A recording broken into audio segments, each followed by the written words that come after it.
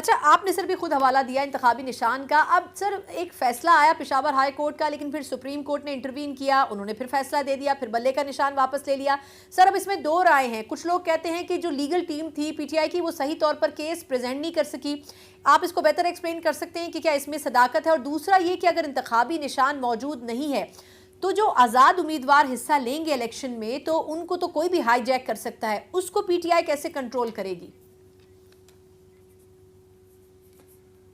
दोनों का मैं चंद जुमलों में जवाब दे देता हूं। चंद पहले के लिए कि ये जो सागा हुआ ये क्या हुआ। बेसिकली पाकिस्तान में, मैं बाकी छोड़ दीजिए 176 पॉलिटिकल पार्टीज को अगर हम एक साइड पे रखें और अवामी नेशनल पार्टी, और मुझे खुशी है वो उनके बड़े जितने भी हैं वो ऑलमोस्ट सारे मेरे क्लाइंट्स रहे हुए हैं, इसलिए मुझे खुशी है कि उनको मिला उनका लालटेन का निशान। लेकिन उनके ऊपर इल्जाम क्या था कि आपने इलेक्शन नहीं कराया। 2 लाख रुपए जुर्माना कर दिया गया। 2 लाख रुपए जुर्माना पाकिस्तान तहरीक इंसाफ पे करने की बजाय 2 दफा में कहा गया कि जाओ और इलेक्शन कराओ। कौम देख नहीं रही, को अंधा तो कोई नहीं है सिवाय उनके जो जिनकी आंखें सब्ज हैं और जिनकी दिमाग सब्ज हैं। एक दूसरा ये था कि जब इलेक्शन कमीशन ऑफ पाकिस्तान का एक गलत फैसला कॉन्स्टिट्यूशन कोर्ट ने नीचे से उड़ा दिया तो उसका मतलब ये था कि ये फैसला नॉन एस्ट है, ये एग्जिस्ट ही नहीं करता। उसके बाद सुप्रीम कोर्ट में वो पीछा करते हुए इलेक्शन कमीशन ऑफ पाकिस्तान दौड़ा हुआ गया। तो इसमें कोई पब्लिक इंपॉर्टेंस का कोई सवाल नहीं था विद रिस्पेक्ट कि जिसको सुप्रीम कोर्ट ऑफ पाकिस्तान ने कोई डिसाइड किया था। एक पॉलिटिकल पार्टी है, एक इदारा है जो उसके पीछे लगा हुआ है। तो इसमें इंसाफ के जितने भी पैमाने थे उनके ऊपर पाकिस्तान तहरीक इंसाफ को मिलना चाहिए था बल्ले का निशान।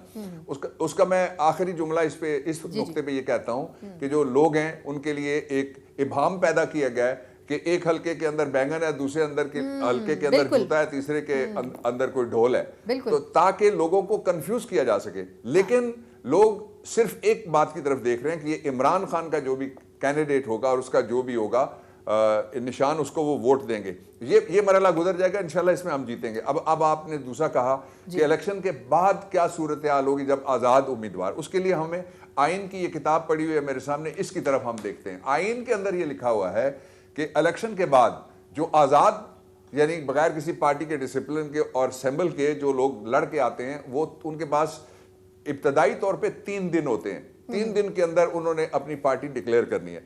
लेकिन ऐसा नहीं है कि चौथे दिन वो पार्टी डिक्लेयर नहीं कर सकते।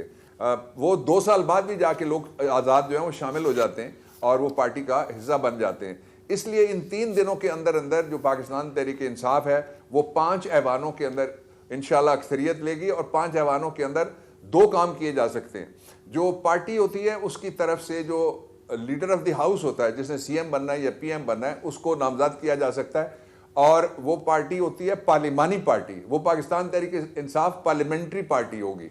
और पार्लियामेंट्री पार्टी कोएलिशन की भी हो सकती है, उसमें 5-6 पार्टियां मिलकर, जिस तरह 14 पार्टियों ने मिलकर शोबाज को बिठाया था पीछे, रिजीम चेंज जो डोनाल्ड लू को आप बचाने की कोशिश हो रही है जिसमें से, तो ये उसका दूसरा पहलू। और आखिरी इसका जो पहलू है वो ये है कि लोगों को हांका नहीं जा सकता। जो लोग खड़े हैं वो खड़े हैं, सारी कौम को पता है कि किसके टिकट पे लड़ रहे हैं, सारी कौम को पता है किसने इनको नोटिफाई किया, सारी कौम को पता है। उनमें से जो लोटा बनेगा उसकी बाकी जिंदगी वो घर से नहीं निकल सकेगा। इसलिए कि शदीद पब्लिक रिएक्शन होगा, क्योंकि एक इतने बड़े इम्तहान से गुजरने के बाद जिसको कोई वोट दे के जिताएगा उसके खिलाफ अनइमेजिनेबल सर्कमस्टांसेस पैदा हो जाएंगे मुल्क के लिए भी और मुल्क में जो मुआशी इस्तेकाम है उसके लिए भी।